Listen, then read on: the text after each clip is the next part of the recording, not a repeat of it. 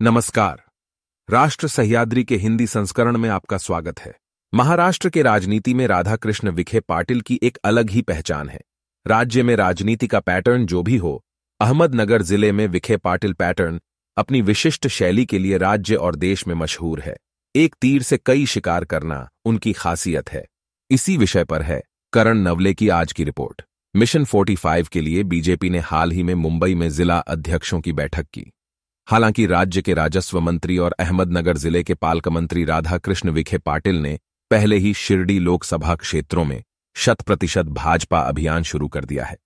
महाराष्ट्र में ज्यादा से ज्यादा सांसद चुनकर लाने के लिए बीजेपी ने साम दाम दंड भेद की नीति अपनानी शुरू कर दी है। चूंकि मंत्री विखे के पास अहमदनगर दक्षिण और उत्तर की जिम्मेदारी है, इसलिए उन्होंने अपने अनोखे अंदाज में अलग अलग राजनीतिक गुटों में अपने मोहरे खेलना शुरू कर दिया है। 2014 में भाऊ साहेब वाकचौरे ने शिरडी की एक सभा में पार्टी प्रमुख उद्धव ठाकरे के सामने साईं बाबा की कसम खाई थी, लेकिन अंत में वो विखे के साथ हो लिए। हालांकि इस बात का हर्जाना उन्हें भुगतना पड़ा। अब वाकचौरे फिर से उद्धव ठाकरे गुट से शिवसेना की उम्मीदवारी के लिए जायजा ले रहे हैं। दरअसल उन्होंने पार्टी प्रमुख उद्धव ठाकरे से भी मुलाकात की है और चर्चा है कि ठाकरे ने वाकचौरे को उम्मीदवारी की जबान दे दी है। इस बीच पिछले 2 महीने से महाराष्ट्र में अचानक हंगामा मचाकर अपने पैर फैलाने वाले भारतीय राष्ट्र समिति के चंद्रशेखर राव ने किसानों को केंद्र मानकर जोर लगाया है। धीरे धीरे ये महाराष्ट्र में अपना नेटवर्क फैला रहा है। वास्तव में उनके पीछे कौन है, ये अभी शोध का विषय है, लेकिन एग्जिट पोल ने महाविकास अघाड़ी को जो कॉल दिया है, उसके मुताबिक बीजेपी ने ही उन्हें वोट खाने के लिए लॉन्च किया, ऐसी चर्चा है। अहमदनगर दक्षिण में सुजय विखे सांसद हैं, लेकिन विखे ने शिरडी सीट पर अपने मनपसंद सांसद चुनने की योजना बनानी शुरू कर दी है। निलवंडे और कई अन्य मामलों में सांसद लोखंडे की भूमिका से विखे पाटिल सहमत नहीं है। इसलिए सांसद लोखंडे शिंदे गुट में होते हुए भी विखे पाटिल को स्वीकार्य नहीं, ये सब जानते हैं। शिरडी सीट के लिए पेंच फंसने के बाद शिवसेना उद्धव बालासाहेब ठाकरे ने पूर्व मंत्री बबनराव घोलप का नाम आगे बढ़ाया है।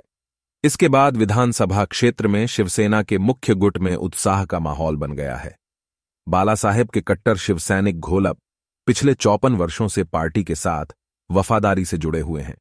अगर वह सांसद बनते हैं तो पिछले कई सालों से विधानसभा और लोकसभा में पार्टी के बाहर के उम्मीदवारों पर निर्भर रहने वाली शिवसेना को बड़ा फायदा हो सकता है। श्रीरामपुर, अकोला, कोपरगांव के साथ साथ नेवासा विधानसभा क्षेत्रों में भी शिवसेना के विधायक बन सकते हैं। हालांकि राजस्व मंत्री राधाकृष्ण विखे की लोखंडे के प्रति नाराजगी, सांसद सुजय विखे की समय समय पर लोखंडे को लेकर पोस्ट, निलवंडे नहर के श्रेय को लेकर विखे को पछाड़ने की लोखंडे की कोशिश से पता चलता है कि विखे की ओर से लोखंडे को लेकर पार्टी को नकारात्मक रिपोर्ट भेजी गई है। फिर भी लोखंडे के क्षेत्र में काफी असंतोष है। वो चुनाव लड़ेंगे या नहीं, ये एक हॉट टॉपिक बन चुका है। दूसरी ओर मंत्री रामदास आठवले ने शिरडी की सीट पर दावा किया है और चर्चा है कि भविष्य में बीजेपी के लिए मुसीबत बनने वाले आठवले अगर हार भी जाते हैं तो पार्टी के लिए सहूलियत होगी। श्रीरामपुर में विखे, मुरकुटे और ससाने ने गठबंधन बनाया है और कहा जा रहा है कि विखे ने मुरकुटे को केसीआर के खेमे में भेज दिया है। तस्वीर तो यही लग रही है कि मुरकुटे दक्षिण में चुनाव लड़ने से सुजय विखे को फायदा हो सकता है। जब विखे शिवसेना में थे तब से जिले में उनकी मर्जी के पदाधिकारी अभी भी शिवसेना में हैं। वाकचौरे को उनके जरिए से शिवसेना में भेजना है। अगर उन्हें टिकट मिलता है तो निर्वाचन क्षेत्र में शिवसेना का एक और गुट बन जाएगा और शिवसेना कमजोर हो जाएगी। इस तरह से दूसरों की पार्टी में अपनी मर्जी का सांसद बन जाता है। क्योंकि 2009 में वाकचौरे को शिवसैनिकों ने बड़ी ताकत से चुना था, परंतु यह सर्वविदित है कि वाकचौरे ने विखे पटेल की मर्जी को अंत तक नहीं छोड़ा।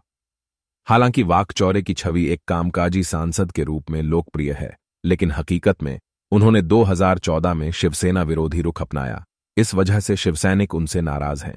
उनका विरोध करने पर संगमनेर में कुछ शिवसैनिकों पर मामला भी दर्ज किया गया था। अगर वाकचौरे की शिवसेना से नामांकन पाने की कोशिश विफल हो जाती है तो विखे उन्हें मुरकुटे के माध्यम से बीआरएस पार्टी का नामांकन दिला सकते हैं। राहुरी के कार्यक्रम में वाकचौरे का बीआरएस पार्टी के मंच पर होना इसी बात का संकेत है। विखे पाटिल का ये सियासी खेल इस समय जिले में चर्चा का विषय बना हुआ है। बबनराव घोलप की वजह से शिरडी लोकसभा क्षेत्र से शिवसैनिक मैदान में उतरे हैं। शिवसेना की ताकत कम करके संगठन को खत्म किया जा सकता है। शायद ऐसी कोई चाल वाकचौरे की उम्मीदवारी के पीछे है, इस बात का शिवसैनिकों को संदेह है। चर्चा है कि अगर आठवले हार गए तो बीजेपी की मुश्किलें भी कम हो जाएंगी। जानकारों का मानना है कि जब शिरडी जिला हो तो सांसद अपनी पसंद का ही होना चाहिए, फिर चाहे कोई भी किसी भी पार्टी से चुना जाए वो अपना ही रहेगा। विखे का राजनीतिक फंडा अच्छे अच्छों की समझ में नहीं आ पाता है। आज तक हमने देखा है कि विखे ने अपनी सुविधा की राजनीति की है, लेकिन उनकी योजना पूर्व सांसद वाकचौरे को उद्धव बाला साहेब ठाकरे की पार्टी शिवसेना के जरिए दोबारा लोकसभा क्षेत्र में लाने की है। अगर ऐसा हुआ तो मूल शिवसैनिक फिर से अलग थलग पड़ जाएगा, क्योंकि शिवसैनिक एकजुट होने के बजाय अकेले नजर आ रहे हैं। भले ही शिरडी लोकसभा क्षेत्र में आरक्षण के कारण ज्यादा दिलचस्पी न हो, लेकिन उनके लिए इस क्षेत्र को बरकरार रखना जरूरी है। इसके अलावा सांसद सुजय विखे पाटिल बीआरएस के जरिए दक्षिण में विपक्ष का कैसे फायदा उठा सकते हैं, इसको लेकर विखे पाटिल के राजनीतिक दांव पेच शुरू हो चुके हैं। हमारे ये बुलेटिन आपको कैसे लगते हैं, ये हमें कमेंट करके जरूर बताएं। हमारा हर बुलेटिन आप तक सबसे पहले पहुंचे, इसलिए सब्सक्राइब जरूर कीजिए और लाइक करना भी मत भूलिए। धन्यवाद।